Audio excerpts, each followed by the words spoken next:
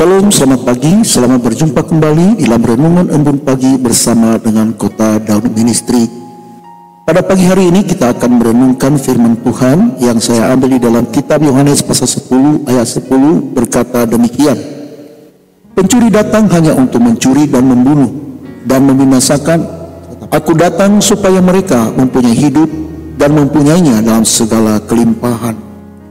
Saudaraku kekasih dalam Tuhan, salah satu ayat yang terkenal dalam Injil yang berbicara tentang tujuan kedatangan Yesus Kristus adalah di dalam Yohanes 10 ayat 10 ini.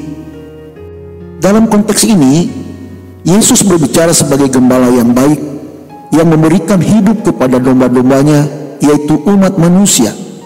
Setelah manusia yang pertama, yaitu Adam dan Hawa, jatuh dalam dosa, maka hubungan Allah dengan manusia terputus. Kemuliaan Allah telah hilang, itulah yang dikatakan oleh firman Tuhan.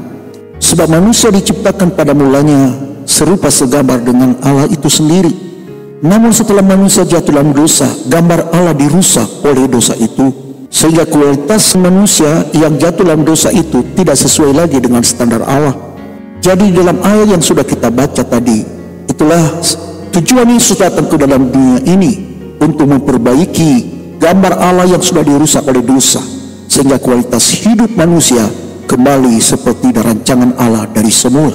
Ia datang untuk menyelamatkan orang yang sudah berdosa, mengembalikan manusia pada rancangan Allah semula, yaitu gambar dirinya sendiri. Untuk itu mari kita melihat beberapa poin yang menjadi dasar renungan kita pada pagi hari ini. Yang pertama adalah kontras antara pencuri dan Yesus. Yesus membandingkan dirinya dengan pencuri yang hanya datang untuk mencuri, membunuh, dan membinasakan. Pencuri ini bisa dilihat sebagai gambaran dari kejahatan, dosa, dan iblis yang berusaha merusak kehidupan manusia.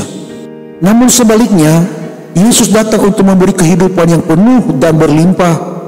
Ini menunjukkan kasih Allah yang sangat besar bagi manusia, di mana Yesus datang untuk memberikan keselamatan, bukan hanya kehidupan sementara, tetapi kehidupan yang kekal. Seperti apa yang dikatakan di dalam Yohanes pasal yang ketiga ayat 16 yang berkata, karena begitu besar kasih Allah akan dunia ini, sehingga ia mengaruniakan anaknya yang tunggal, supaya setiap orang yang percaya kepadanya tidak binasa, melainkan beroleh hidup yang kekal.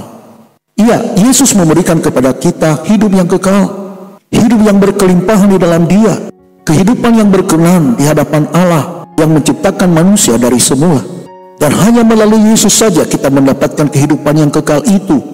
Di dalam Injil Yohanes pasal 14 ayat 6, ia berkata, kata Yesus kepadanya, akulah jalan dan kebenaran dan hidup. Tidak ada seorang pun yang datang kepada Bapa kalau tidak melalui aku. Jadi untuk mendapatkan kehidupan yang kekal, untuk bisa kita sampai kepada Bapa di surga, hanya melalui Yesus Kristus. Tidak ada alternatif yang lain yang disediakan oleh Allah selain daripada anaknya yang tunggal, yaitu Yesus Kristus.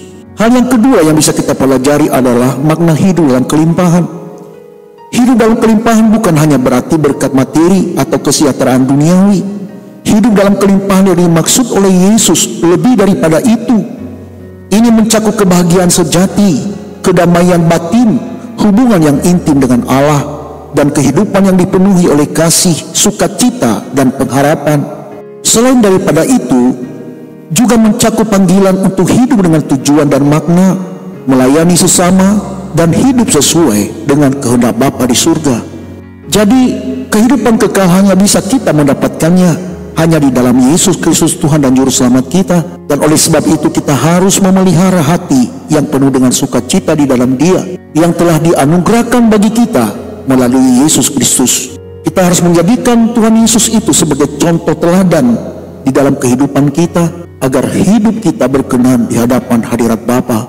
Saudaraku yang kukasihi dalam Tuhan, mari kita mengaplikasikan dalam kehidupan kita sehari-hari tentang apa yang telah diajarkan oleh Tuhan Yesus bagi kita, agar kita beroleh kehidupan yang kekal di dalam Dia.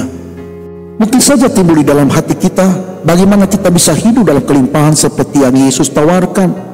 Dan jawabannya adalah hanya dengan mengikuti teladan Tuhan Yesus, menjaga hubungan yang dekat dengan Allah melalui doa, melalui pembacaan Alkitab, dan tindakan kasih kepada sesama.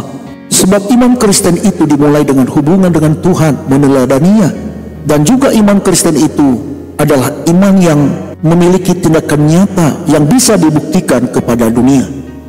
Tantangan dunia ini sering membuat kita terjebak dalam hal-hal yang sementara dan tidak memberi hidup yang sesungguhnya. Kita diundang untuk mencari hidup yang sejati di dalam Yesus Kristus, yang bukan hanya memberi kelimpahan di dunia ini, tetapi juga di dalam kehidupan yang kekal. Kita dipanggil untuk mengikuti Yesus, meneladaninya. Mengikuti Yesus berarti meninggalkan cara hidup yang lama, yang mungkin dipenuhi oleh dosa, dan mencari hidup yang baru di dalam Dia. Ini adalah panggilan untuk mempercayakan hidup kita sepenuhnya kepada Yesus sebagai Gembala Agung yang baik, yang selalu menjaga dan memimpin kita. Saudaraku yang kekasih di dalam Tuhan, nats yang menjadi renungan kita pada pagi hari ini mengingatkan kita bahwa kehidupan yang sejati dan berlimpah hanya dapat ditemukan di dalam Yesus Kristus. Pencuri datang untuk merusak, tetapi Yesus datang untuk menyelamatkan dan memberikan hidup yang tidak hanya penuh, tetapi juga berkelimpahan. Mari kita alami apa yang ditawarkan oleh Tuhan Yesus bagi kita. Mari kita membuka hati sepenuhnya bagi Tuhan, dan biarlah keteladanan Yesus memimpin kita, sehingga kita memperoleh kehidupan yang berkelimpahan di dalam Dia, seperti apa yang ditawarkan oleh Tuhan bagi kita, untuk kita beroleh kehidupan yang kekal. Kiranya kasih karunia Allah Bapa dan anugerah dari Tuhan kita Yesus Kristus, penjagaan pengawalan Roh Kudus memelihara kita sampai Tuhan Yesus datang kembali. Saya Pendeta Zaluhu di sini. Saya ucapkan selamat pagi, selamat beraktivitas. Tuhan Yesus menyertai kita sekalian. Salam Maranatha.